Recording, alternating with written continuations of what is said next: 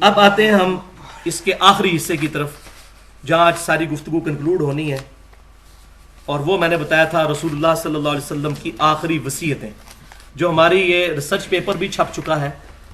اب یہ ساری آپ صلی اللہ علیہ وسلم کی ساری وصیتیں تو ڈیٹیل کے ساتھ اس میں موجود نہیں ہیں، لیکن دو پرٹیکولر ٹاپکس کے اوپر موجود ہیں، وحی اور اہل بیت سے متعلق، اور دوسری چیز قبروں سے متعلق، جو آپ صلی اللہ علیہ وسلم کے جسٹ وفات کے دنوں میں بستر مرگ کے اوپر جو فرامین ہے بخاری اور مسلم میں وہ جمع کیے گئے ہیں۔ تو یہ ریسرچ پیپر درس کے اینڈ پہ سب کو مل بھی جائے گا انشاءاللہ تعالی، تاکہ بعد میں یاد رکھنے کے لیے آسانی ہے۔ میں سارا تو اس میں سے کور نہیں کر سکتا، لیکن چند ایک چیدہ چیزیں میں ضرور بیان کروں گا، باقی آپ خود گھر جا کے پڑھ لیجئے گا۔ تو پہلی چیز یہ کہ آپ صلی اللہ علیہ وسلم نے دروشی پڑھیں، یہ دوسرا حصہ شروع ہو رہا ہے۔ اللہم صلی علی محمد وعلی آل محمد کما صلیت علی ابراہیم وعلی آل ابراہیم انک حمید مجید، اللہم بارک علی محمد وعلی آل محمد کما بارکت علی ابراہیم وعلی آل ابراہیم انک حمید مجید۔ حجۃ الوداع کے موقع پر آپ صلی اللہ علیہ وسلم نے میدان عرفات میں اپنی وفات سے تقریباً 3 مہینے پہلے ایک خطبہ دیا، جس کو حجۃ الوداع کا خطبہ کہتے ہیں۔ اس کے الفاظ المستدرک للحاکم میں انٹرنیشنل نمبرنگ کے مطابق 318 نمبر حدیث ہے، کتاب العلم چیپٹر میں۔ میں اپنے بعد تم میں 2 چیزیں ایسی چھوڑ کر جا رہا ہوں جن کو اگر مضبوطی سے پکڑ لو گے تو کبھی گمراہ نہیں ہوگے، ایک اللہ کی کتاب اور دوسرے اس کے رسول صلی اللہ علیہ وسلم کی سنت، اور سنت وہ جو صحیح احادیث سے ڈرائیوڈ ہوگی۔ ہر بندے نے تو اپنی سنتیں لادہ ہی بنائی ہوئی ہیں، صحیح احادیث سے سپورٹڈ ہو، اللہ کی کتاب اور اس کی سنت۔ اب یہ الفاظ ذرا غور کریں، جو اس کو مضبوطی سے پکڑے گا کبھی گمراہ نہیں ہوگا۔ اور پاکستان کا مولوی، انڈیا کا مولوی، بنگلہ دیش کا مولوی کہتا ہے قرآن حدیث ڈائریکٹ نہ پڑھنا، گمراہ ہو جاؤ گے۔ یہ سنتے ہیں، ہم بچپن سے سنتے آئے ہیں، اور نبی صلی اللہ علیہ وسلم فرما رہے ہیں جو ان 2 چیزوں کو پکڑے گا کبھی گمراہ نہیں ہوگا۔ اب آپ دیکھ لیں کس کی بات ماننی ہے، لیکن شیطان نہیں ماننے دے گا، یہ قسمت والوں کو بات سمجھ آتی ہے۔ تو اس پہ میں ایک جملہ بولتا ہوں کہ آپ صلی اللہ علیہ وسلم نے اپنے بعد اپنی امت کو کسی شخصیت کے حوالے نہیں کیا، اللہ کی وحی کے حوالے کیا۔ کیوں؟ شخصیت کا سٹیٹس بالآخر وہی ہو جاتا ہے جو پروفٹ کا ہے۔ اس نے بھی دنیا سے جانا تھا، ہمارے نبی صلی اللہ علیہ وسلم دنیا سے چلے گئے، اللہ کی جنتوں میں برزگی حیات کے ساتھ زندہ ہے، تمام صحابہ زندہ ہیں، اس زندگی کے ساتھ نہیں، آخرت کی زندگی کے ساتھ زندہ ہے۔ اگر نبی صلی اللہ علیہ وسلم فرماتے یہ ابو بکر کو چھوڑ کے جا رہا ہوں، تو 2 سال کے بعد سیدنا ابو بکر بھی فوت ہو گئے، 13 سال کے بعد سیدنا عمر بھی شہید ہو گئے، 25 سال کے بعد سیدنا عثمان بھی شہید ہو گئے، 30 سال کے بعد سیدنا علی بھی شہید، خلافت راشدہ ختم، اور آخری صحابی ابو طفیل عامر بن واثلہ رضی اللہ تعالیٰ عنہ المتوفا 110 ہجری، آپ صلی اللہ علیہ وسلم کی وفات کے 100 سال کے بعد وہ بھی فوت ہو گئے۔ آج آخری صحابی کو بھی فوت ہوئے 1323 سال گزر چکے ہیں، لیکن یہ کتاب و سنت قیامت تک کے لیے باقی ہے، کیونکہ اللہ تعالیٰ نے کسی بھی مولوی کی تعلیمات کو محفوظ رکھنے کی گارنٹی نہیں دی، کتاب و سنت کی دی ہے۔ سورۃ الحجر آیت نمبر 9، اِنَّا نَحْنُ نَزَّلْنَا الذِّكْرَ وَإِنَّا لَهُ لَحَافِظُونَ، اس الذکر قرآن کو ہم نے نازل کیا، ہم اس کی حفاظت کرنے والے ہیں۔ قرآن کی حفاظت میں ہی سنت کی حفاظت بھی ہے۔ کیوں؟ کہ آپ صلی اللہ علیہ وسلم کی اطاعت کا حکم اسی قرآن نے دیا ہے، اور اس قرآن نے اگر اطاعت کا حکم دیا ہے، اس اطاعت سے ریلیٹڈ چیزیں بھی محفوظ ہونا ضروری ہے، کیونکہ ہمارے معلم آپ صلی اللہ علیہ وسلم ہیں۔ تو آپ صلی اللہ علیہ وسلم قیامت تک کے لیے معلم ہے پوری امت کے، ان کی تعلیمات کا محفوظ ہونا یہ لازمی ہے۔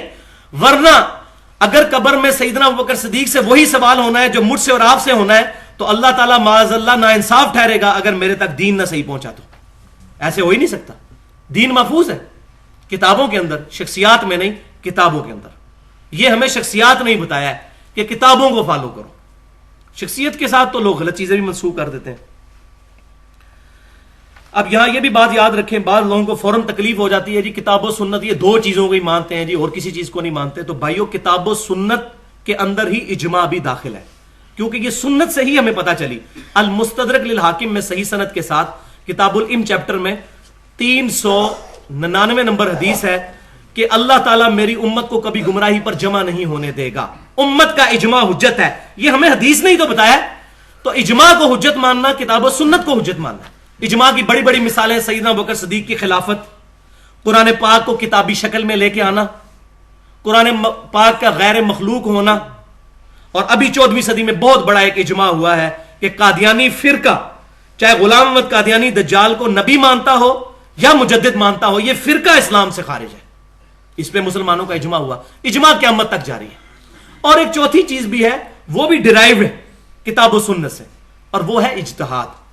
وہ المصنف ابن ابی شیبہ میں سیدنا عمر رضی اللہ تعالیٰ عنہ کا قول صحیح سند کے ساتھ ہے، 22,990 نمبر، کتاب البیوع چیپٹر کے اندر، کہ جب بھی کوئی مسئلہ ہو پہلے کتاب اللہ میں دیکھو، کتاب اللہ میں نہ پاؤ تو سنت میں دیکھو، سنت میں نہ پاؤ تو پھر امت کے اجماع میں دیکھو، اجماع میں نہ پاؤ تو پھر اجتہاد کر لو. یہ نہیں کہا مقلد ہو جاؤ، اجتہاد کرو. ہر بندے کا اجتہاد ڈیفرنٹ ہوگا، کسی کا کوئی پابند نہیں ہے. ورنہ اگر اجتہاد 4 بندوں پہ ختم ہو چکا ہے تو قیامت تک جتنے مسئلے آئیں گے تو وہ تمہارے بزرگوں کے خوابوں میں کبھی نہیں آئے. امام حنیفہ، امام شافعی، امام مالک، امام احمد بن حنبل رحمہ اللہ اجمعین، ان کی جوتیوں کی خاک ہماری آنکھوں کا سرما، لیکن ان کے تو خوابوں میں بھی یہ بات نہیں کہ ویڈیو کیمرے کا مسئلہ بھی آئے گا، انتقال خون کا مسئلہ، پوسٹ مارٹم کا مسئلہ، کتبین پہ نماز کا مسئلہ، ریل گاڑی میں نماز کا مسئلہ، ہوائی جہاز میں نماز کا مسئلہ، ٹرانسپلانٹیشن کا مسئلہ. اتنے بڑے بڑے مسائل جس میں آج کے علماء اجتہاد کر رہے ہیں. تو کیا ان علماء کے اجتہاد کو مان کر بریلوی کیا طاہر القادری صاحب کے مقلد ہو جاتے ہیں؟ یا دیوبندی کیا شیخ تقی عثمانی صاحب کے مقلد ہو جاتے ہیں؟ یا اہل حدیث کیا شیخ زبیر علی زئی صاحب کے مقلد ہو جاتے ہیں؟ نہیں. علماء کے فتاوا کو کتاب و سنت پر دیکھنا ہے. ورنہ اسلامک بینکنگ کے اوپر دیوبند کی اکثریت علماء نے تو تقی عثمانی صاحب کا رد کر دیا کہ یہ تو سود کی دوسری شکل ہے. تو مسئلہ اجتہاد تو یہی تو خوبصورتی ہے کہ اختلاف کی گنجائش رہتی ہے، لیکن کتاب و سنت اجماع میں نہیں ہوتی. تو یہ ہم ان چیزوں کو مانتے ہیں. دوسری حدیث اس سے ریلیٹڈ وہ غدیر خم کی حدیث ہے جو منہج پہ لکھی ہوئی ہے. یہ موسٹ امپورٹنٹ حدیث ہے کہ نبی صلی اللہ علیہ وسلم حج سے واپسی پر مکے اور مدینے کے درمیان ایک جگہ تھی جس کو کہتے تھے خم. یہ غدیر خم کی حدیث اہل سنت اور اہل تشیع میں متفقن علیہ حدیث ہے. اس کو کہتے ہی حدیث غدیر خم ہے، اور جس کا وہ جشن غدیر خم بناتے ہیں. انہوں نے بھی اس کو جشن بنا دیا ہے. وہ جشن تو ہم ماشاءاللہ بہت بنا لیتے ہیں، وہ جشن غدیر خم بناتے ہیں. جیسے یہاں جشن میلاد النبی اور جشن فلاں، وہ جشن غدیر خم.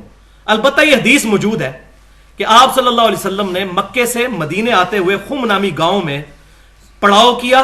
اونٹ کا جو پالان تھا اس پر آپ صلی اللہ علیہ وسلم کا ممبر بنایا گیا، یعنی کہ اسی پر آپ صلی اللہ علیہ وسلم چڑھے اور آپ صلی اللہ علیہ وسلم نے ایک خطبہ ارشاد فرمایا. اس کے الفاظ ہی آپ خود سن لیں. صحیح مسلم کتاب الفضائل چیپٹر، انٹرنیشنل نمبرنگ کے مطابق 6225، 6226، 6227، 6228، 4 اوپر تلے حدیثیں غدیر خم کی صحیح مسلم میں. الفاظ ذرا سن لیں. اے لوگو آگاہ ہو جاؤ، میں بھی ایک انسان ہوں. قریب ہے کہ اللہ کا قاصد یعنی موت کا فرشتہ میرے پاس آئے اور اس کی دعوت میں قبول کروں. میں اپنے بعد تم میں 2 بھاری چیزیں چھوڑ کر جا رہا ہوں. ان میں سے پہلی چیز اللہ کی کتاب ہے. اس میں ہدایت ہے، اس میں نور ہے. تم اللہ کی کتاب کو پکڑو، اپنا تعلق اس کتاب کے ساتھ مضبوط کرو. اللہ کی کتاب اللہ کی رسی ہے، جو اس کو پکڑے گا ہدایت پر ہوگا، جو چھوڑ دے گا گمراہ ہو جائے گا. وَاعْتَصِمُوا بِحَبْلِ اللَّهِ جَمِيعًا وَلَا تَفَرَّقُوا.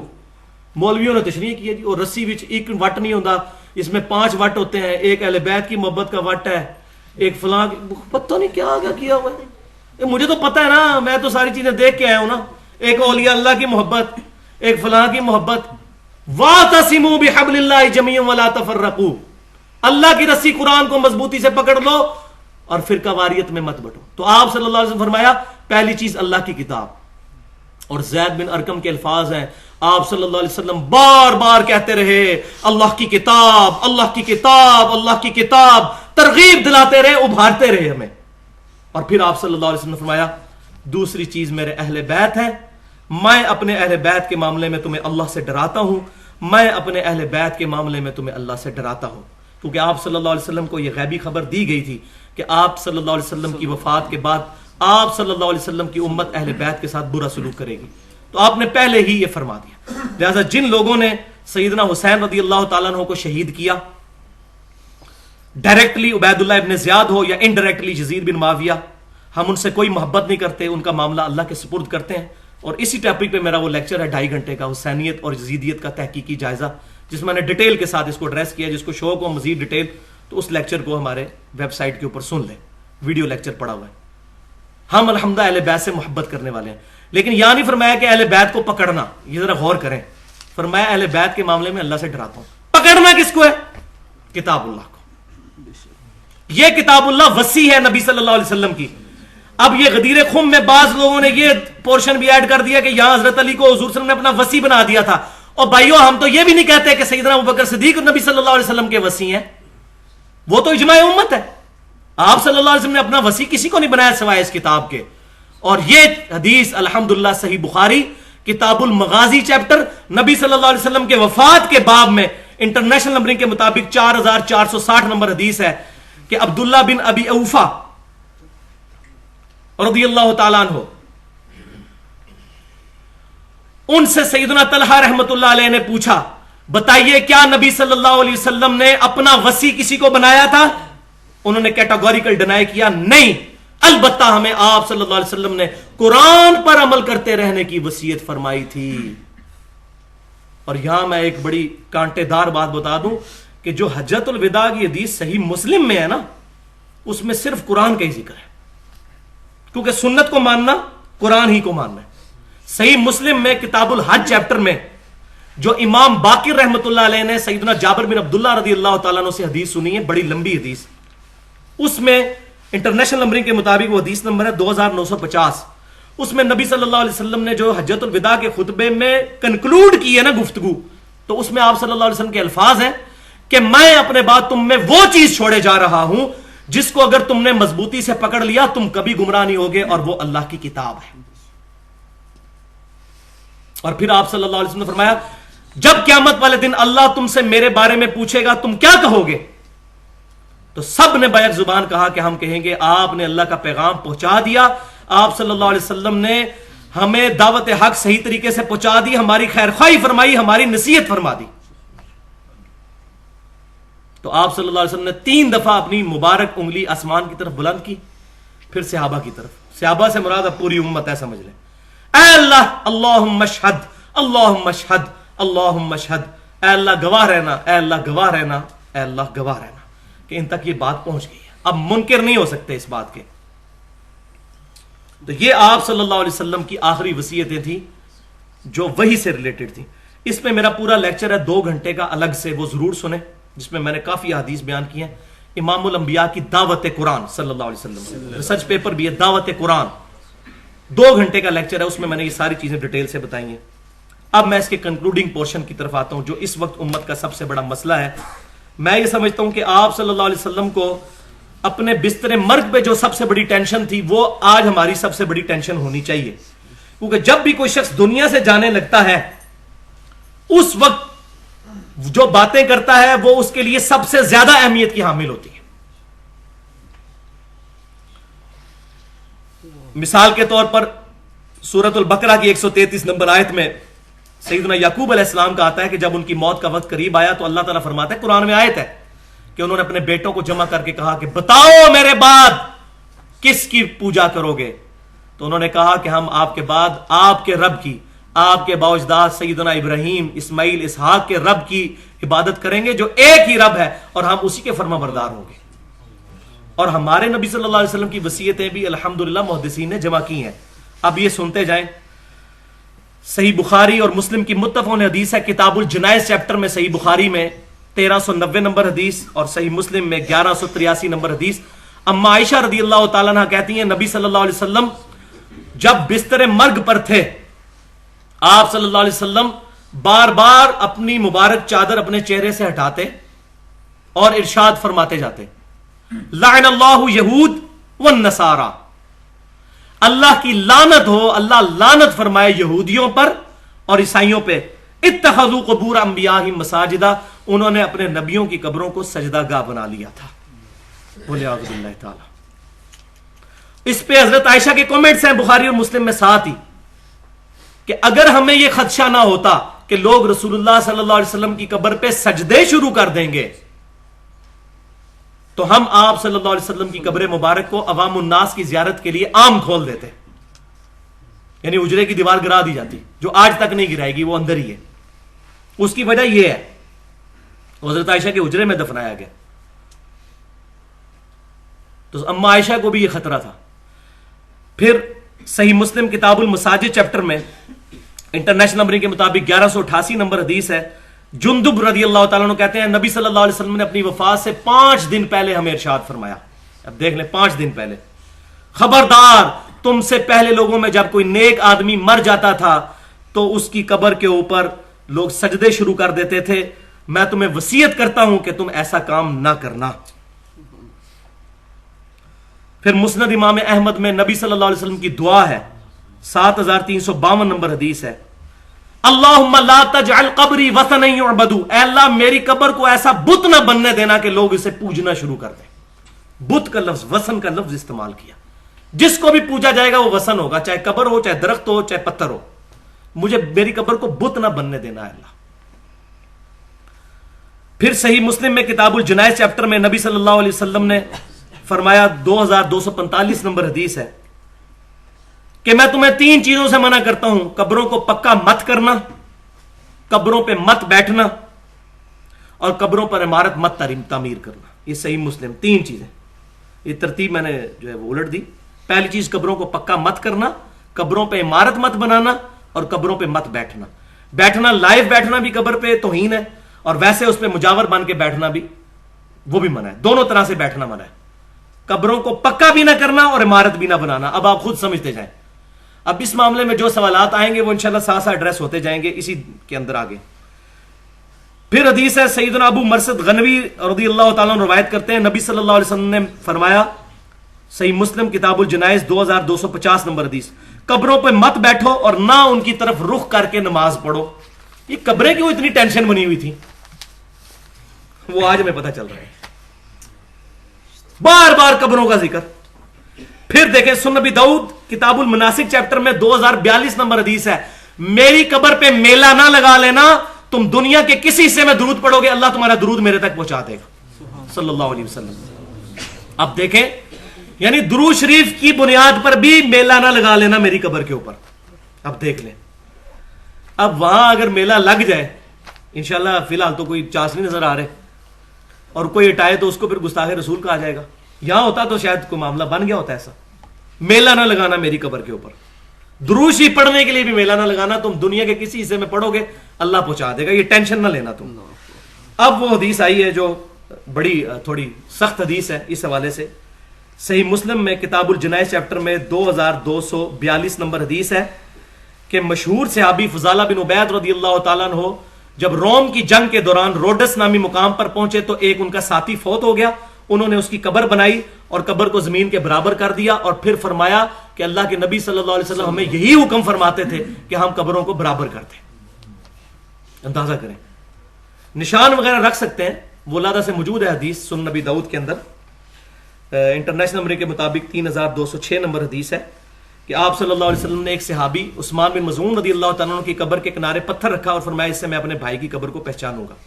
تو قبر کی نشانی رکھی جا سکتی ہے سائڈ پہ چھوٹے چھوٹے پتھر رکھ کے کہ نشانی ختم نہ ہو۔ نبی صلی اللہ علیہ وسلم اپنی والدہ کی قبر پہ تقریباً والدہ کی وفات کے تقریباً 50 سال کے بعد گئے تھے، وہ قبر موجود تھی، نشانی رکھی جا سکتی ہے پتھر رکھ کے یا کس طریقے سے، اور زیادہ زیادہ ایک بالشت، وہ آگے حدیث آ رہی ہے۔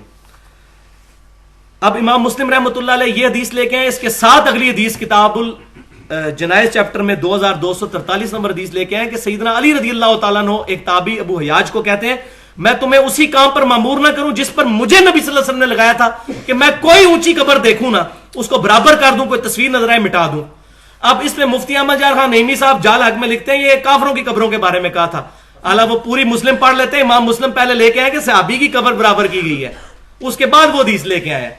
یہ کافروں کی قبروں کے بارے میں نہیں تھا، پہلے وہ حدیث آئی ہے روڈس والی جو روم کی جنگ کے دوران فضالہ بن عبید نے کیا تھا، یہ کافروں کی قبروں کے بارے میں نہیں ہے، لیکن ان کو تو پتا ہوگا، مثلا یہ تو علماء کو تو پتہ ہی ہوتا ہے یہ کیا کچھ ہے، لیکن وہ جان بوجھ کے اپنے فرقے کو پرائورٹی دینے کے لیے وہ چیزوں کو سکپ کر دیتے ہیں۔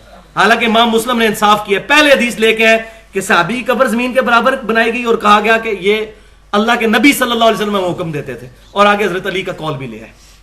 اس کے بعد صحیح بخاری میں کتاب الجنائز چیپٹر میں 1390 نمبر اثر ہے، سفیان تمار رحمۃ اللہ علیہ کہتے ہیں کہ نبی صلی اللہ علیہ وسلم کی قبر مبارک ایک بالشت ہے۔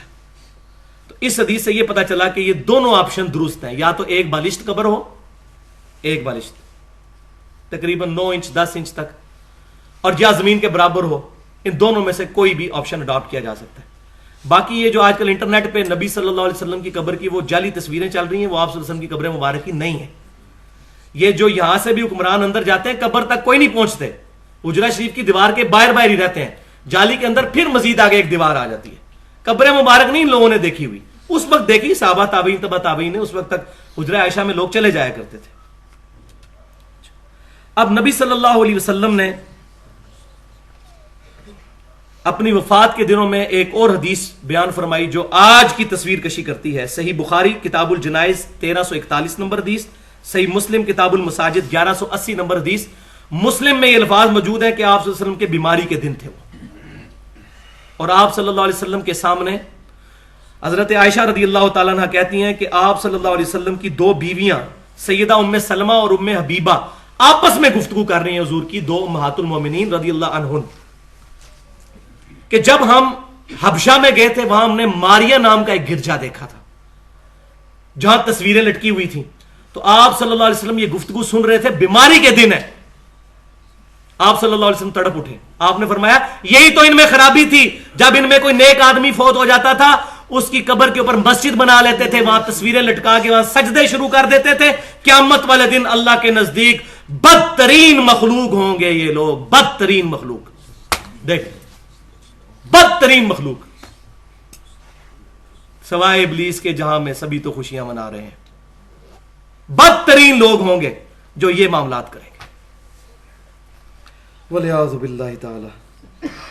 اور آپ صلی اللہ علیہ وسلم نے پہلے ہی پیشن گوئی فرمائی، صحیح بخاری کتاب الاعتصام بالکتاب والسنہ چیپٹر 7320 نمبر حدیث، صحیح مسلم کتاب العلم چیپٹر 6781 نمبر حدیث۔ آپ صلی اللہ علیہ وسلم نے فرمایا کہ اے میرے امتیو، تم بھی اگلے لوگوں کے پیچھے چل پڑو گے قدم بقدم، بالشت بر بالشت، حتیٰ کہ اگلے لوگوں میں سے کوئی شخص گوہ کے سوراخ میں داخل ہوا، تمہارے اندر بھی ایسے لوگ موجود ہوں گے جو یہ کام کریں گے۔ صحابہ کرام علیہم رضوان نے پوچھا یا رسول اللہ صلی اللہ علیہ وسلم، یہ اگلے لوگوں سے مراد کیا یہودی اور عیسائی ہیں؟ تو آپ صلی اللہ علیہ وسلم نے فرمایا کہ اگر یہود و نصارہ مراد نہیں تو پھر کون سے لوگ مراد ہیں؟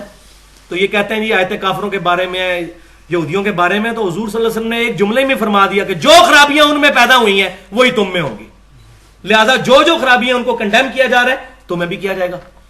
تو پاکستان میں ایک بہت بڑے عالم ہیں، توحید کانفرنس کرواتے ہیں، وہ ڈاکٹر آصف اشرف جلالی صاحب، تو ان کا میں نے مضمون پڑھا، انہوں نے اس حدیث کا جواب دیا ہے۔ اب علم کے ساتھ جب خیانت ہوگی تو ہم پریکٹیکلی بتائیں گے کہ جو نبی صلی اللہ علیہ وسلم کی احادیث کا مذاق اڑا رہا ہے اس کا تو ہم راستہ روکیں گے۔ تو ان کا پورا مضمون میں نے پڑھا، انہوں نے کہا جی کہ یہ جو حدیث ہے نا کہ تم بھی یہود و نصارہ کے طریقے پہ، اس سے مراد ہے فیشن کرو گے یہود و نصارہ والے۔ تو ہم کہتے ہیں بھائیو، کسی حدیث والے سے حدیث پڑھی ہوتی نا تو تمہیں پتہ ہوتا کہ یہ حدیث کا شان ارشاد کیا ہے، یہ کس موقع پر آپ صلی اللہ علیہ وسلم نے الفاظ ارشاد فرمائے تھے، وہ ہے ہی پرٹیکولر شرک کے بارے میں، اور وہ ہے جامعہ ترمذی میں انٹرنیشنل نمبرنگ کے مطابق 2180 نمبر حدیث ہے، کتاب الفتن چیپٹر میں، فتنوں والے چیپٹر میں، کہ نبی صلی اللہ علیہ وسلم غزوہ حنین کے لیے جا رہے تھے، کچھ صحابہ کرام علیہم رضوان نے اللہ کے نبی صلی اللہ علیہ وسلم سے عرض کی، وہاں ایک درخت آیا جس کا نام تھا ذات انوات، وہاں مشرکین جنگ میں فتح کے لیے تبرکن اپنا اسلحہ لٹکا کے ایسے ٹچ کر کے پھر آگے جاتے تھے تبرک حاصل کرنے کے لیے، جیسے یہاں بھی کئی لوگ ہیں وہ کام نے فلاں مزار پہ جائیں پھر آگے ہم نوکری کے انٹرویو کے لیے، تو یہ ایک مشرکین اس وقت کرتے تھے۔ صحابہ کرام علیہم رضوان نے کہا ہے اللہ کے رسول صلی اللہ علیہ وسلم آپ بھی ہمارے لیے کوئی درخت مقرر فرما دیں۔ کس نے کہا؟ صحابہ نے۔ بیسک ہیومن انسٹنکٹ جو ہے نا وہ چینج ہوتے بڑا دیر لگتی ہے، اور اللہ کے نبی صلی اللہ علیہ وسلم اس وقت جلال میں فرمایا سبحان اللہ، اس کا مطلب پتہ ہے آپ کو؟ اللہ پاک ہے شرک سے، اما یشرکون، یہ بریکٹ میں ہے، سبحان اللہ، یہ کیا کہہ دیا تم نے؟ اور تم نے تو آج وہی بات کر دی جو موسیٰ علیہ السلام کے ماننے والوں نے کہی تھی۔ پھر آپ صلی اللہ علیہ وسلم نے سورۃ الاعراف کی 138 نمبر آیت پڑھی کہ جب یہودی گزر رہے تھے موسیٰ علیہ السلام کے صحابہ، انہوں نے دیکھا کچھ لوگ بتوں پر اعتکاف کیے ہوئے بیٹھے ہیں تو انہوں نے کہا اے اللہ کے نبی ہمارے لیے بھی کوئی بت بنا دیجئے کہ ہم اس پر اعتکاف کر لیں. موسیٰ علیہ السلام پھر جب کوہ طور پر گئے پیچھے سے انہوں نے بچڑے کو خدا بنا لیا اور نبی صلی اللہ علیہ وسلم نے صحابہ کو کہا تم نے موسیٰ علیہ السلام کے ماننے والوں کام کیا آج. حالانکہ کیا کچھ نہیں انہوں نے بھی. یہ آپ صلی اللہ علیہ وسلم کی ذرا احتیاط دیکھیں. ادھر کہہ رہے ہیں شرک ہی ختم ہو چکا ہوا ہے, جو مرضی کرو جتنا مرضی کرو, تھوک دے صاحب نہ کرو, ختم ہو گیا ہے. اس کا میں نے جواب دے دیا الحمدللہ, پوری ریکارڈنگ ہے ہمارے. میں آپ کو اب ضمناً بتا دوں جو ویب سائٹ ہے www.ahlsunnatpak.com, اس پہ ہے اختلافی موضوعات کے مسائل 25 ریکارڈ ہو کے اللہ سے اپلوڈ ہوئے ہیں تقریباً پونے گھنٹے کے. ہر آج کل کا مسئلہ, حاضر و ناظر, علم غیب, حیات النبی صلی اللہ علیہ وسلم, سارے مسئلے, ان میں یہ بھی کیا شرک ختم ہو چکا ہے, اس میں نے پھر سارے دلائل کا جواب دیا. تو آپ دیکھیں آپ صلی اللہ علیہ وسلم نے اس موقع پر جب صحابہ نے یہ کہا نا تو آپ صلی اللہ علیہ وسلم فرمایا آج تو تم نے وہی بات کر دی. پھر آپ نے فرمایا یہ جو بخاری مسلم میں ہے, تم بھی اگلے لوگوں کے پیچھے چل پڑو گے قدم بقدم, بالشت بر بالشت. ان میں سے اگر کوئی شخص گو کے سوراخ میں داخل ہوا تو تم بھی وہی کام کرو گے. اب بات کلیئر ہوگی, اس سے مراد فیشن نہیں ہے. تو ان ڈاکٹر صاحب کو بتائیں کہ بھائی آپ ڈاکٹر صاحب ہمارے لیے بہت احترام والے ہیں, لیکن خدا کے لیے آپ ساری احادیث ساروں کی اوپینین سنیں. اگر ایک قادیانی پوری زندگی صرف قادیانی علماء سے مسئلے پوچھے گا تو ختم نبوت اس کو نہیں سمجھ آئے گی. ایک اہل حدیث صرف اہل حدیث کے پاس جائے گا, اس کو باقی مکتبہ فکر کی بات نہیں سمجھ آئے گی. اسی طریقے سے بریلوی اور دیوبندی شیعہ اپنے علماء سے ہی پوچھیں گے, دوسرے کی بات ہی نہیں سنیں گے, بات سمجھ ہی نہیں آئے گی. یہی کام تو ہم بھی کرتے رہے بچپن سے. ہمیں تو بڑا زوم تھا, ہمارے سے تو بڑا کوئی محب رسول ہی نہیں ہے صلی اللہ علیہ وسلم. اور جب پتا چلا کہ ہم سے بڑا گستاخ ہی کوئی نہیں ہے, ہم نے کس چیز کو دین کا نام رکھ لیا ہوا ہے. اب آپ یہ دیکھ لیں, یہ بالکل واضح چیزیں ہیں. آج امت کی حالت دیکھ کر اندازہ لگایا جا سکتا ہے. اچھا, اب ان احادیث پڑھنے کے بعد فتویٰ اگر میں خود لگاتا نا تو بڑا کڑوا لگتا. ٹھیک ہے, اب ڈاکٹر آصف اشرف جلالی صاحب محترم جو ہے, انہوں نے جہاں سے پی ایچ ڈی کی ہے نا, اس مکتبے میں جو استاد رہے ہیں جن کو احمد بریلوی صاحب بھی بہت بڑا بزرگ مانتے تھے, میں ان کے الفاظ پڑھ کے سناتا ہوں جن کو پاکستان میں بریلوی, دیوبندی, اہل حدیث تینوں عزت کی نگاہ سے دیکھتے ہیں. اور وہ ہیں سید محمود احمد آلوسی بغدادی, المتوفى 1270 ہجری, آج سے تقریباً 200 سال پہلے. علامہ آلوسی مشہور ہے, ان کی تفسیر روح المعانی مشہور ہے. دیوبند بریلوی تو بہت زیادہ پریزنٹ کرتے ہیں. اہل حدیث کو بھی جب کوئی مسئلہ ہوتا ہے تو اپنے مطلب کا کوئی چیز نکالنی ہوتی ہے, دیوبندیوں بریلویوں کو سمجھانے کے لیے تو وہاں سے نکال لیتے ہیں. جس طرح میں یہاں سے ایک چیز نکال لوں جو ساروں کی سمجھ میں آ جائے گی انشاءاللہ. یہ بغداد یونیورسٹی میں رہے ہیں, یہ پرانے بزرگ ہیں, آج سے 150-200 سال پہلے. وہ کیا کہتے ہیں, تفسیر آلوسی میں, تفسیر روح المعانی میں 238 نمبر پیج پہ 15 نمبر جلد کے اندر, جو مکتبہ امدادیہ ملتان سے شائع ہوئی ہے, دیوبند نے کی ہے ترجمے کے ساتھ, وہ کیا کہتے ہیں, اس بات پر امت کا اجماع ہے کہ سب سے بڑا حرام اور شرک کے اسباب کی چیزوں میں سے مزاروں کے پاس نماز پڑھنا اور ان پر مسجدیں یا عمارتیں بنانا ہے. یہ میرا فتویٰ نہیں, میرے ساتھ نہیں کسی نے لڑنا, یہ بزرگ ہیں. ایسی تمام چیزوں کو اور قبروں پر بنائے گئے گنبدوں کو گرانا واجب ہے, کیونکہ یہ مسجد درار سے بھی زیادہ خطرناک ہیں. جو سورہ توبہ میں ہے نا, منافقین نے ایک مسجد بنائی تھی تو اللہ تعالیٰ نے فرمایا نبی صلی اللہ علیہ وسلم اس مسجد میں کبھی کھڑے بھی نہیں ہونا. آپ صلی اللہ علیہ وسلم نے اس مسجد کو آگ لگا دی تھی. اور علامہ آلوسی کہہ رہے ہیں یہ مزاروں پہ بنے ہوئے گنبد یہ اس مسجد درار سے بھی بڑا فتنہ ہے. اور ہے واقعی, ادھر تو پتہ چل گیا منافقین ہے, یہاں تو محبت کے نام پہ کسی کو وہم بھی نہیں ہونا, اس لیے بڑا فتنہ ہے. توبہ توبہ, الفاظ دیکھیں, اس سے بھی زیادہ نقصان دہ ہیں. اور آگے وجہ یہ نہیں بتائی کہ مجھے کوئی پرسنل ناپسند ہے, کہتے ہیں اس لیے کہ اس کی بنیاد رسول اللہ صلی اللہ علیہ وسلم کی مخالفت پہ رکھی گئی ہے. وہ صحیح مسلم کی حدیث, قبروں کو پکا مت کرنا, ان پہ عمارتیں مت بنانا. اچھا, یہاں بھی میں بتاؤں کیا ہوتا ہے. میرے استاد غلام رسول سعیدی صاحب جن کی شرح صحیح مسلم سے میں نے بہت کچھ سیکھا ہے, مفتی منیب الرحمان صاحب کے مدرسے میں شیخ الحدیث ہیں اور بریلوی مکتب فکر میں اس وقت top of the list personality ہیں.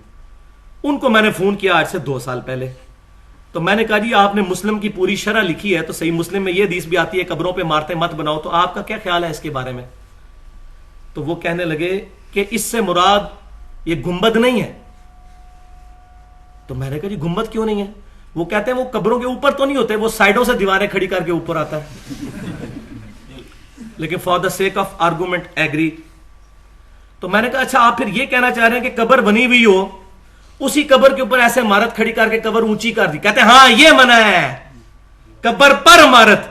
اس میں فوق کے الفاظ نہیں, الا کے ہیں.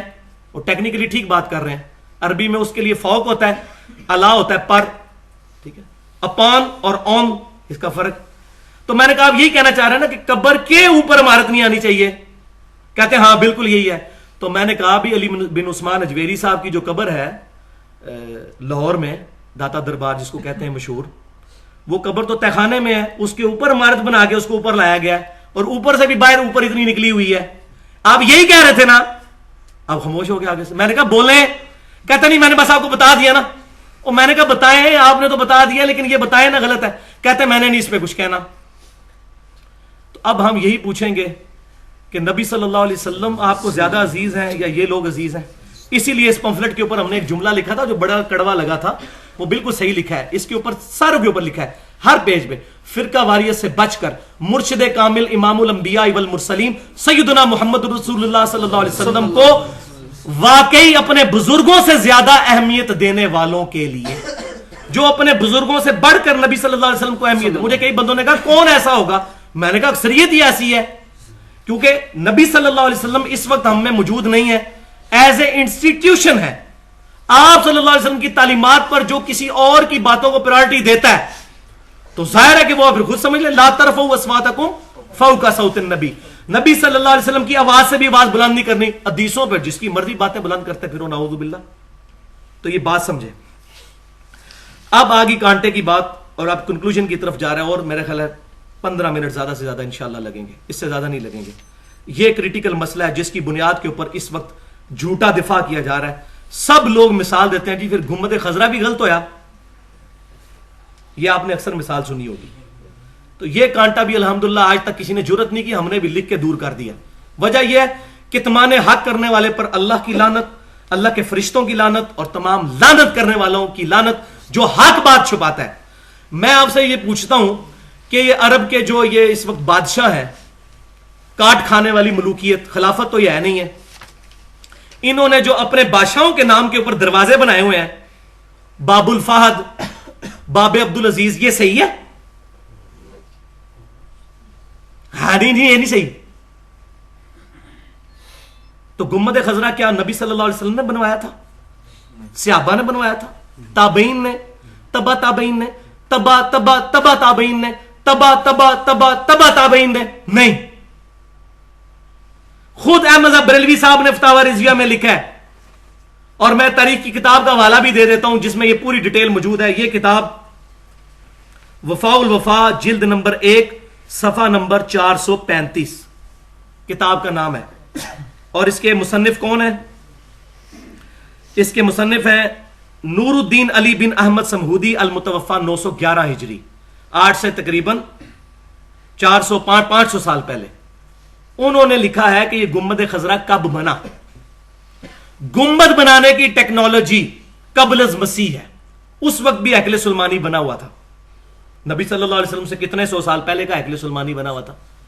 لیکن کیا وجہ تھی صحابہ کرام نے کیوں نہیں گنبد بنایا, کیوں نہیں وہاں پر عمارت کھڑی کی, اسی حجرے میں کیوں دفن کیا؟ وہ تو حدیث موجود ہے جامعہ ترمذی میں صحیح سند کے ساتھ, کتاب الجنائز چیپٹر میں 1018 نمبر حدیث ہے کہ ہر نبی کو وہیں پر دفن کیا جاتا ہے جہاں اس کی وفات ہو.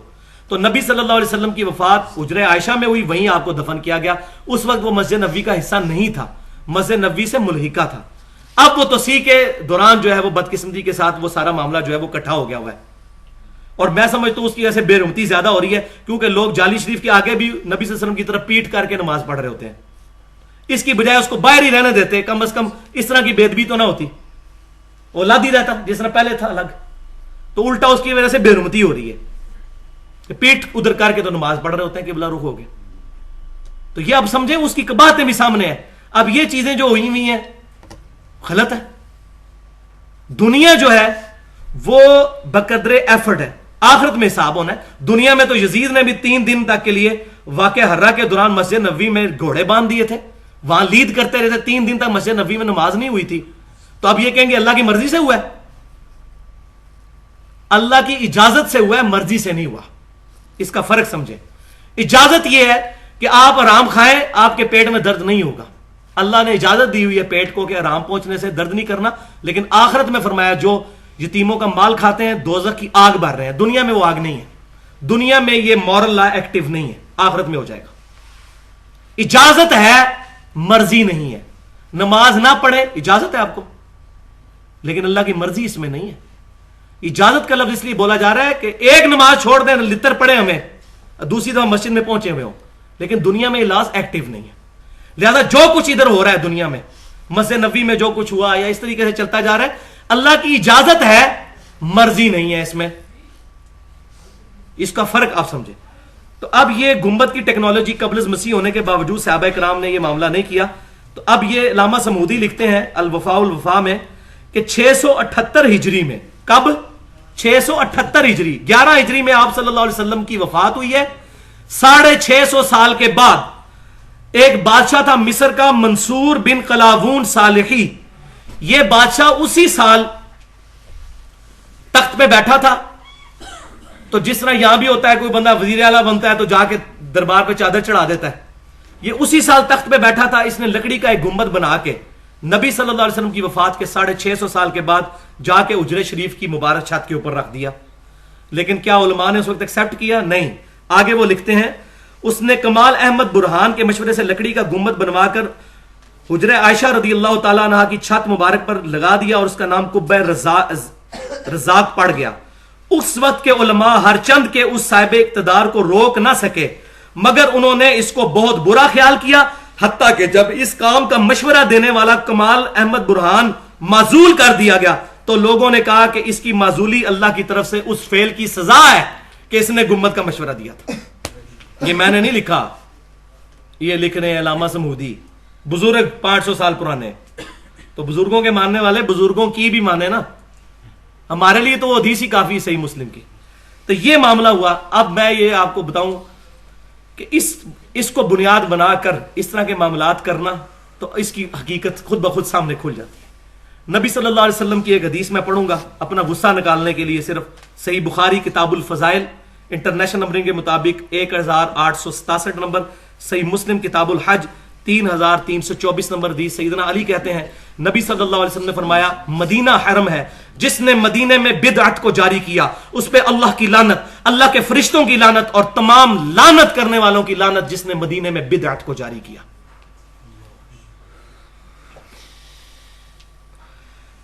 اب سرزمین عرب سے مزارات کا خاتمہ کس طرح ہوا؟ آپ کو حیرانگی ہوگی کہ تقریباً 8 سے 100 سال پہلے, پچھلے 750 سال سے عرب میں بڑے بڑے مزار بنے ہوئے تھے, جس کی تصویریں بھی موجود ہیں ویڈیو کیمرے کی کھینچی ہوئی انٹرنیٹ پہ. جنت البقیع قبرستان میں بڑے بڑے مزارات موجود تھے. جو مزارات 1925 کے اندر جب عرب میں ریولوشن آئی تو اس وقت جب حکمران آئے تو علماء عرب نے ان کو مشورہ دیا کہ ان مزارات کو گرایا جائے. قبریں موجود ہیں, قبروں کے نشانات موجود ہیں, سب کچھ ہے, لیکن اوپر سے مزار انہوں نے گرائے اس صحیح مسلم کی حدیث کی بنیاد کے اوپر. اچھا, یہاں مزار گرائے اور دوسری طرف خانہ کعبہ شریف میں 4 مسلے تھے پچھلے 500-600 سال سے. انفی, شافی, مالکی, حنبلی لادہ نمازیں پڑھتے تھے. اس کی تصویریں بھی ویڈیو کیمرے میں بھی موجود ہیں. یہ مسجد نبوی کی تعمیر کے دوران جو ویڈیو بنی ہوئی ہے بن لادن کمپنی والی, اس میں گنبد خضرا کی تاریخ بھی بتائی ہے. اور خانہ کعبہ شریف والی جو ویڈیو ہے اس کے اندر انہوں نے وہ 4 مسلے بھی دکھائے ہوئے ہیں. 1955 تک موجود تھے, بعد میں توڑے گئے ہیں. اٹھا اسی وقت لیے گئے تھے لیکن اس کی عمارتیں بعد میں توڑی گئی ہیں. 4 مسلے, ہر نمازیں لادہ پڑھتے تھے. پھر کہتے ہیں چاروں ہی حق پہ, چاروں حق پہ تو ایک دوسرے کے پیچھے کیوں نہیں نماز پڑھتے؟ صحابہ کرام تو ایک دوسرے کے پیچھے نمازیں پڑھتے تھے علیہم رضوان. تو یہ بھی چاروں کا خاتمہ کر کے انہوں نے مقام ابراہیم پہ امام کعبہ کو کھڑا کیا. تو یہ مزارات وہاں سے ختم ہوئے. باقی یہ میرا اپنا ذاتی اجتہاد ہے, اس کے ساتھ کوئی اختلاف بھی کر سکتا ہے, کہ صحیح مسلم کتاب الایمان چیپٹر میں 373 نمبر حدیث ہے کہ قرب قیامت میں دین مدینے میں اس طرح لوٹ آئے گا, 2 مسجدوں کی طرف, مکے اور مدینے کی طرف, دونوں کا نام لیا, جس طرح سانپ اپنے بل میں واپس آ جاتا ہے. 8 سے 100 سال پہلے کو سوچ بھی نہیں سکتا تھا کہ 700-800 سال سے جو گمراہی پھیلی ہوئی ہے ختم کس طرح ہوگی. لیکن ایسے معاملات بنے, وہ جنگ عظیمیں, جو پہلی جنگ عظیم میں ترکی کو شکست ہوئی اور معاملات کرتے کرتے وہ جس طریقے سے بھی ہوا, چاہے وہ عرب ریولوشن تھی یا سلفی تحریک کی کامیابی تھی, کچھ بھی تھا, لیکن الٹیمیٹلی اس کا رزلٹ ایک پازیٹو سامنے آیا کہ انہوں نے مزارات ختم کیے. اب تھرڈ لاسٹ ٹاپک ہے قبرستان جانے کا حکم اور مقصد کیا ہے. اگر ہم یہ دیکھیں قبروں پہ اتنی حدیثیں ہیں تو قبرستان جانے پر بھی پابندی ہونی چاہیے تھی. قبرستان جانے پر حکم کیوں ہے؟ اس کی وجہ یہ ہے کہ نبی صلی اللہ علیہ وسلم نے فرمایا، صحیح مسلم کتاب الجنائز چیپٹر میں 2259 نمبر حدیث ہے کہ میں تمہیں قبروں پر جانے سے منع کیا کرتا تھا. پہلے منع کیا کرتا تھا، کیوں؟ اس لیے کہ قوم نئی نئی بت پرستی سے پھری تھی. اب میں تمہیں حکم دیتا ہوں کہ قبروں پہ جایا کرو تاکہ آخرت کی یاد آئے. اس کے لیے قبرستان جانا ہے، لازمی جانا ہے. اور یہاں میں ایک مسئلہ بھی بتا دوں، کسی کے ذہن میں یہ سوال پیدا ہوگا کہ جی مزارات توڑ دیے تھے تو گنبد خضرا کیوں نہیں اتار لیا گیا؟ اس پہ بھی لوگوں نے بڑی سٹوریاں بنائی ہوئی ہیں. جی گنبد بھی اتارنے لگے تھے، ایک سانپ آ گیا بہت بڑا، یہ جال آ کے مقدمے میں لکھا ہوا ہے، اس سانپ نے نہیں روکنے دیا. تو بات یہ، آپ تو کہتے ہیں غوث زمین و اسمان چلا رہا ہے، غوثوں کے غوث تو وہاں دفن ہے. حضرت حسن کی قبر، سیدہ فاطمہ، سیدنا حسن، سیدنا امام باقر، امام جعفر، یہ ساری قبریں کٹھی ہیں. اس کے اوپر اتنا بڑا مزار تھا جس کی شکل یہ باولک ملتانی والے مزار سے ملتی ہے. وہ اتنے غوث کٹھے دفن تھے، اس وقت تو سانپ کوئی نہیں ظاہر ہوا. شیخ عبد القادر جیلانی رحمۃ اللہ علیہ تھے، ایک نگاہ مار کے شہر ساڑ دیں سن. ان کے جو غوثوں کے غوث ہیں ان کا مزار ہی اتار لیا گیا. وہ جی ایک سانپ ظاہر ہوا، گنبد خضرا نہیں اتارنے، یہ وجہ نہیں تھی بھائیو. گنبد خضرا کو اتارنے کی مین وجہ نہ اتارنے کی یہ تھی کہ علماء عرب نے یہ کہا کہ گنبد خضرا جن لوگوں نے چڑھایا انہوں نے تو وبال اپنے سر لیا. مسئلہ یہ ہے کہ اب اس کو اتارنے میں تردد ہے، ٹھوکا ٹھاکی ہوگی وہاں پر. نبی صلی اللہ علیہ وسلم کے حضور اپنی آوازیں بلند نہیں کرنی. آج بھی جالی شریف کے اوپر یہ آیت لکھی ہوئی ہے، ان الذین یغضون اصواتهم عند رسول اللہ، بے شک وہ لوگ جو اپنی آوازیں رسول اللہ صلی اللہ علیہ وسلم کے حضور پست رکھتے ہیں، اللہ نے ان کے دلوں کو تقوی کے لیے چن لیا ہے. ٹھیک ہے، تو نبی صلی اللہ علیہ وسلم کے وہاں پر مزار شریف سے اس لیے گنبد نہیں اتارا گیا. اگر اتار لیتے نیچے چھت تو موجود ہے، یہ نہیں ہے کہ اوپر سے وہ ننگا ہو جانا ہے، وہ حجرہ عائشہ کی چھت تو موجود ہے. اور دوسرا فتنے کے ڈر سے بھی، اور یہ نبی صلی اللہ علیہ وسلم کی سنت ہے. صحیح بخاری کتاب الحج چیپٹر میں 1584 نمبر حدیث ہے، اور صحیح مسلم کتاب الحج چیپٹر میں 3249 نمبر حدیث ہے. حضرت عائشہ رضی اللہ تعالیٰ عنہ کہتی ہیں کہ مجھے اللہ کے نبی صلی اللہ علیہ وسلم اکثر کہا کرتے تھے، اے عائشہ تیری قوم اگر نئی نئی نہ پھری ہوتی جاہلیت سے تو میں خانہ کعبہ کو توڑ کے حتیم کو کعبے کے اندر داخل کر دیتا، جن بنیادوں پر ابراہیم علیہ السلام نے خانہ کعبے کو تعمیر کیا تھا. لیکن مجھے خطرہ ہے کہ نئے نئے جاہلیت سے پھرے ہیں، ایسا نہ ہو کہ اس کو نیگیٹیولی لے لیں. وہ آج تک حتیم باہر ہی ہے. تو آپ صلی اللہ علیہ وسلم نے بھی فتنے کے ڈر سے ایسی ایکٹیویٹی نہیں کی. لہذا اس حدیث کے تحت علماء عرب کا یہ جو اجتہاد ہے انہوں نے اس حدیث کے تحت کیا. باقی اس کے ساتھ کسی کو اختلاف بھی ہو سکتا ہے، مجھے اختلاف ہے، میرے خیال میں ایسا نہیں کرنا چاہیے تھا ان کو، کیونکہ اس کی مثال دے کر لوگ پوری دنیا میں مزار بنا رہے ہیں بلکہ اس کو کاپی کر رہے ہیں. لیکن چونکہ مسئلہ اجتہادی ہے، ان کی نیت پہ بھی شک نہیں ہے، ان کے سامنے یہ معاملہ ہے، اجتہاد کی یہ خوبصورتی ہے. تو قبرستان جانے کا مقصد آخرت کی یاد، اور قبرستان جانے کی دعا کیا ہے؟ صحیح مسلم میں کتاب الجنائز چیپٹر میں 2257 نمبر حدیث ہے. نبی صلی اللہ علیہ وسلم نے قبرستان کی دعا تعلیم فرمائی، السلام علیکم اہل الدیار من المؤمنین والمسلمین وَإِنَّا إِن شَاءَ اللَّهُ بِكُمْ لَلَاحِقُونَ نَسْأَلُ اللَّهَ لَنَا وَلَكُمُ الْعَافِيَةَ. اس کا ترجمہ بھی سن لیں، سلامتی ہو مومنین اور مسلمین گھر والوں تم پر، بے شک اللہ نے چاہا تو ہم بھی مر کر تمہارے پاس لوٹ کر آنے والے ہیں. ہم اپنے لیے اور تمہارے لیے اللہ کے حضور عافیت کا سوال کرتے ہیں. تو قبرستان جانا چاہیے، نبی صلی اللہ علیہ وسلم اکثر جایا کرتے تھے اور ان کے لیے دعا بھی فرمایا کرتے تھے. اب ایک کریٹیکل مسئلہ اس کانٹیکسٹ میں وہ یہ ہے کہ جامعہ ترمذی میں ایک حدیث ہے انٹرنیشنل نمبرنگ کے مطابق 1056 نمبر کتاب الجنائز چیپٹر میں کہ نبی صلی اللہ علیہ وسلم نے ان عورتوں پر لعنت فرمائی ہے جو کثرت کے ساتھ قبرستان جاتی ہیں. تو یہ بات بھی سمجھ لیں، اس حدیث پر امام ترمذی نے بحث بھی کی ہے. حدیث تو بالکل صحیح ہے اس کے مفہوم کے اوپر، کہ یہ ممانعت اس وقت تھی. دو موقف ہیں، ایک تو یہ کہ ممانعت اس وقت تھی جب تک سب کے لیے ممانعت تھی، جیسے آپ صلی اللہ علیہ وسلم فرمایا تمہیں میں قبروں پہ جانے سے روکتا تھا. اب اجازت میں عورتوں کو بھی عام اجازت ہو گئی. دوسرے لوگ کہتے ہیں کہ اس سے مراد وہ لوگ ہیں، وہ عورتیں ہیں جو کثرت کے ساتھ جاتی ہیں، کیونکہ یہاں الفاظ استعمال ہوئے زوار، زیارہ کا لفظ استعمال نہیں ہوا. زیارت القبور اور چیز ہے اور زوار القبور اور چیز ہے. کثرت کے ساتھ قبرستان جانے والیاں، ان پر لعنت ہے. کبھی کبھار اگر کوئی قبرستان چلا جائے تو یہ ثابت ہے، جائز ہے، صحیح مسلم میں حدیث ہے. اما عائشہ رضی اللہ تعالیٰ عنہ پوچھتی ہیں، کتاب الجنائز چیپٹر 2256 نمبر حدیث صحیح مسلم کی، اے اللہ کے نبی صلی اللہ علیہ وسلم، بڑی لمبی حدیث ہے جس کے اینڈ پہ یہ ہے کہ میں اب جنت البقیع میں جب وہ پہنچی نبی صلی اللہ علیہ وسلم کو تلاش کرتے کرتے، تو نبی صلی اللہ علیہ وسلم سے انہوں نے عرض کیا کہ اللہ کے رسول صلی اللہ علیہ وسلم میں اب ادھر قبرستان میں کیا پڑھوں؟ تو انہوں نے پھر کہا کہ یہ دعا پڑھو جو میں نے ابھی دعا آپ کو سنائی. آپ نے یہ نہیں فرمایا کہ تیرا آنا ہی یہاں حرام ہے. تو یہ واضح ثبوت صحیح مسلم کی حدیث کہ عورتیں بھی قبرستان جا سکتی ہیں، لیکن کبھی کبھار، اکثر نہیں. یہاں تو معاملہ الٹ ہوتا ہے، مرد کبھی کبھار جاتے ہیں، عورتیں اکثر ہی پہنچی ہوتی ہیں.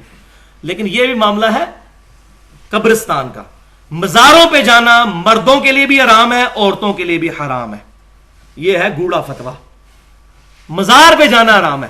یہ بحث بعد میں ہوگی کہ ہم جو ہیں وہ اسلامی فلمیں دیکھتے ہیں، غیر اسلامی نہیں دیکھتے. مسئلہ ہے کہ سینما بنانا ہی غلط ہے، سینما جانا تو بعد کی بات ہوگی نا.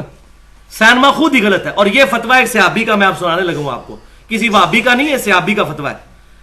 نبی صلی اللہ علیہ وسلم کی ایک حدیث ہے جو بخاری اور مسلم میں موجود ہے، کتاب الصلاۃ فی المکہ والمدینہ چیپٹر 1199 نمبر، اور صحیح مسلم کتاب الحج 3384 نمبر حدیث. آپ صلی اللہ علیہ وسلم نے فرمایا 3 مسجدوں کے علاوہ رخت سفر نہ باندھو ایکسٹرا آرڈنری ثواب کی نیت سے. یہ نہیں ہے کہ سفر ہی نہیں کر سکتے، ایکسٹرا آرڈنری ثواب کی نیت سے. ویسے تو سفر جتنے مرضی کوئی کرے کہ یہ پرٹیکولر میں فلاں جگہ پڑھوں گا تو زیادہ ثواب ہوگا، اس نیت کے ساتھ 3 مسجدوں کے علاوہ سفر نہ کرو. بیت اللہ شریف، مسجد نبوی اور بیت المقدس مسجد اقصی، اس کے علاوہ نہ سفر کرو. اب یہاں یہ بھی بات یاد رکھیں، یہ ایسا نہیں ہے کہ روزہ رسول پہ نہیں جا سکتا کوئی. مسجد نبوی شریف پہ جا کر 2 نفل پڑھ کر روزہ رسول صلی اللہ علیہ وسلم پر حاضری دینا یہ صحابہ کی سنت ہے. یہ بالکل معاملہ ڈیفرنٹ ہے. مسجد نبوی والا معاملہ بالکل ڈیفرنٹ ہے. اور نہ ہم امام ابن تیمیہ کی طرح غلو کرتے ہوئے کہتے ہیں کہ اگر کوئی بندہ مسجد نبوی کی نیت کر لے گا تو بدعتی نہیں ہوگا، اور اگر خالصتاً قبر کی نیت کرے گا تو بدعتی ہو جائے گا. یہ کنڈیمیبل فتویٰ ہے، یہ ان کی ذاتی رائے ہے. ایسا فتویٰ دینا نہیں چاہیے کہ قبر رسول کو اور مسجد نبوی کو کمپیئر کیا جائے. کیوں کہ وہ جو قبر رسول جس جگہ پر ہے صلی اللہ علیہ وسلم، وہ بخاری اور مسلم کی متفق علیہ حدیث ہے کہ جنت کے ٹکڑوں میں سے ایک ٹکڑا ہے، ریاض الجنہ ہے وہ. ٹھیک ہے جی، اس کی بہت بڑی فضیلت ہے، اور اس کا کچھ حصہ مسجد نبوی میں اور کچھ روزہ رسول والا حصہ.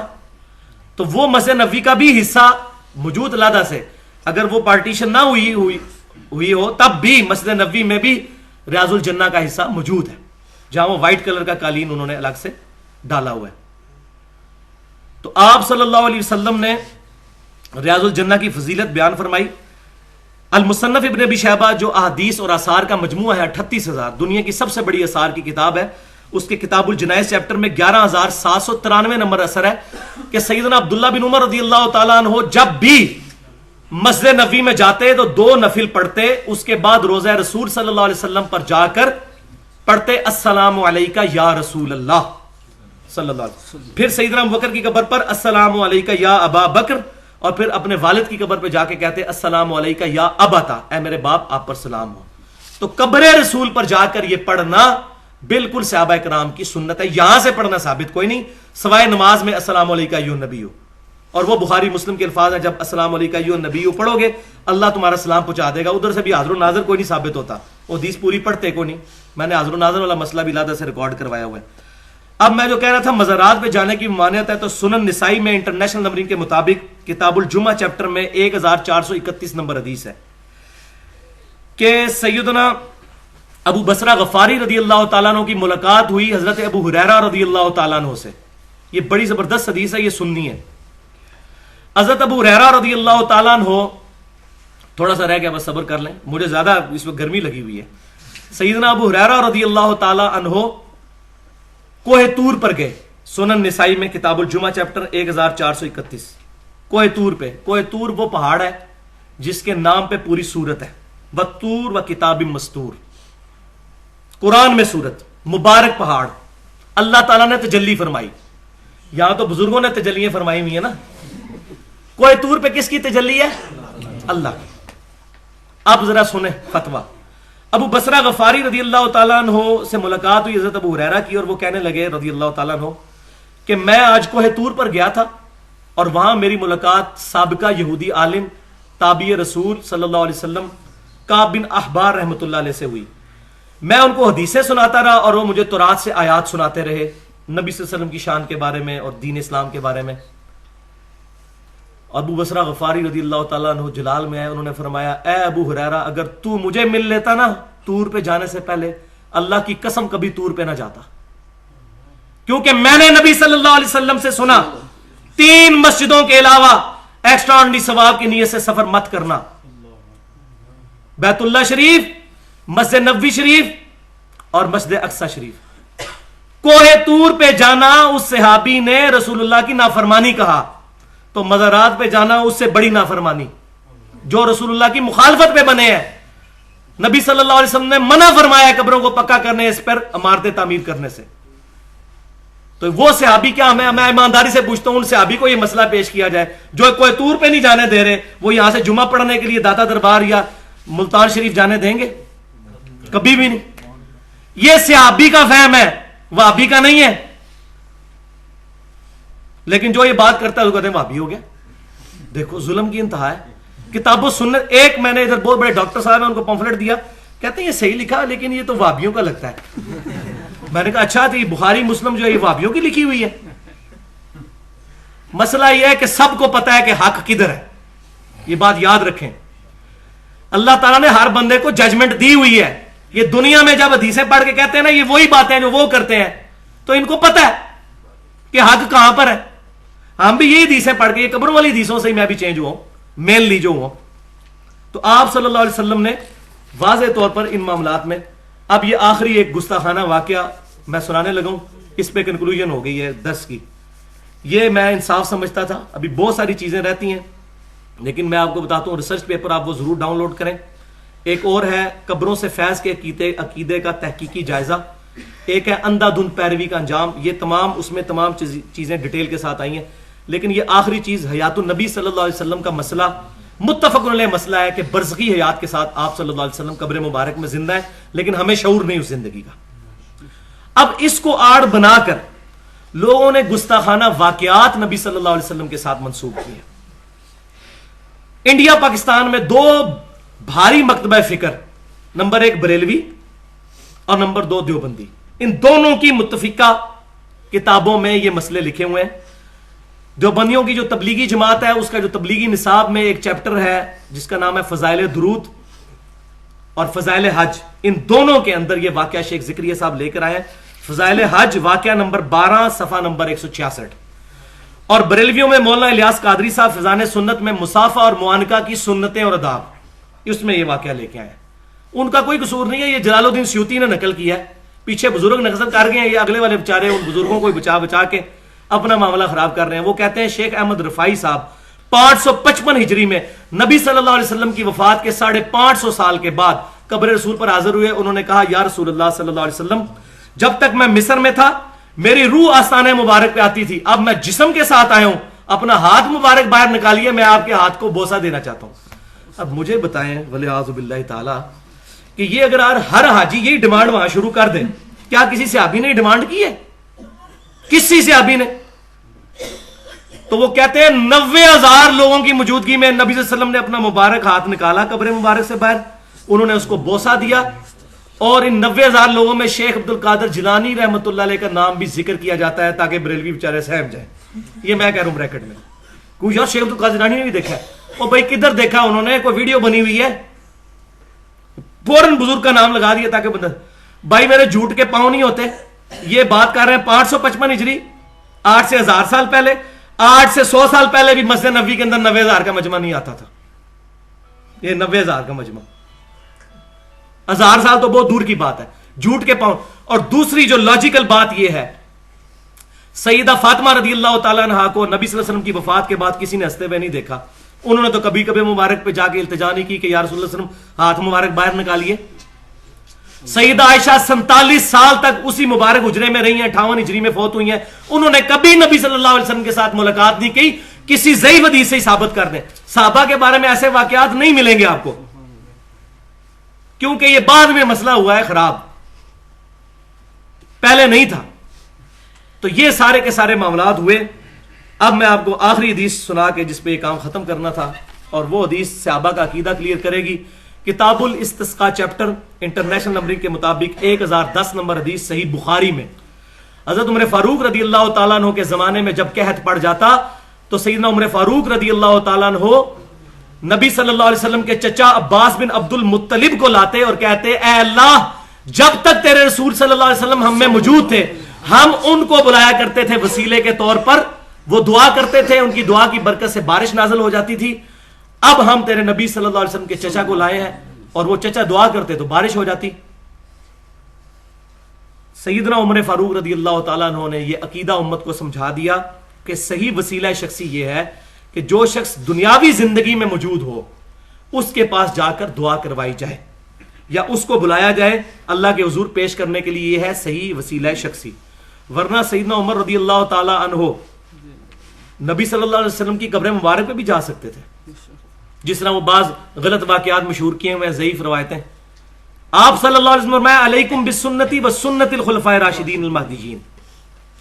سیدنا عمر نہیں گئے بلکہ الٹا. اور مزے کی بات جو میں نے پوائنٹ آؤٹ کی ہے اس میں الحمدللہ، اور بڑے علماء نے اس کو پسند کیا ہے، کہ بخاری اور مسلم کی متفق علیہ حدیث ہے کہ نبی صلی اللہ علیہ وسلم کی مبارک انگلیوں سے جو پانی کے چشمے جاری ہوئے تھے نا، اس میں ایک حدیث میں حضرت عمر بھی ہیں جنہوں نے کہا یا رسول اللہ صلی اللہ علیہ وسلم یہ پانی کا پیالہ ہے، آپ اپنی مبارک انگلیاں اس میں رکھیں نا، پانی کے چشمے جاری ہوں. تو آپ صلی اللہ علیہ وسلم نے اس مبارک پانی میں انگلیاں رکھی، اپنی انگلیاں مبارک، اور پانی کے چشمے جاری ہوئے. ہزاروں صحابہ نے پانی استعمال کیا. یہ معجزہ. اب حضرت عمر تک تو یہ بات بھی تھی کہ آپ صلی اللہ علیہ وسلم کی مبارک انگلیوں سے پاؤں پانی کے چشمے جاری ہوتے ہیں. شیخ زکریہ صاحب اور الیاس قادری صاحب جو واقعہ لکھ رہے ہیں، حضرت عمر کو چاہیے تھا قبر رسول پہ جا کے کہتے یا رسول اللہ صلی اللہ علیہ وسلم آپ تو برزخی یاد کے ساتھ زندہ ہیں. بالکل ہے الحمدللہ، لیکن اس زندگی کو انہوں نے یہ زندگی نہیں شمار کیا. تو آپ قبر مبارک سے ہاتھ نکالیے، میں پانی کا پیالہ لے کے آیا ہوں، اس میں رکھ دیجئے تاکہ امت سیراب ہو جائے. ان کو پتا تھا کہ اب ہمارے پروفٹ کے ساتھ ہماری ڈائریکٹ کمیونیکیشن نہیں ہو سکتی، اب وہ اللہ پہنچائے گا. اسی لیے درود شریف بھی یہاں سے شروع ہوتا ہے اللہم صلی علی محمد. تو یہ بات سمجھیں. تو یہ گستاخی کے فتوے، بدعت کے فتووں سے اللہ تعالیٰ ہمیں بچنے کی توفیق عطا فرمائے. جو میں نے آج حق بات کہی اللہ تعالیٰ ہمارے دلوں میں راسخ فرمائے. جو غلط بات میرے منہ سے نکل گئی اللہ تعالیٰ ہمارے دلوں سے محو کر دے. اور وہ دعا پڑھ لیتے ہیں جو محفل کے کفارے کی دعا ہے. سبحانک اللہم و بحمدک اشہد ان لا الہ الا انت استغفرک و اتوب الیک وما علینا الا البلاغ المبین.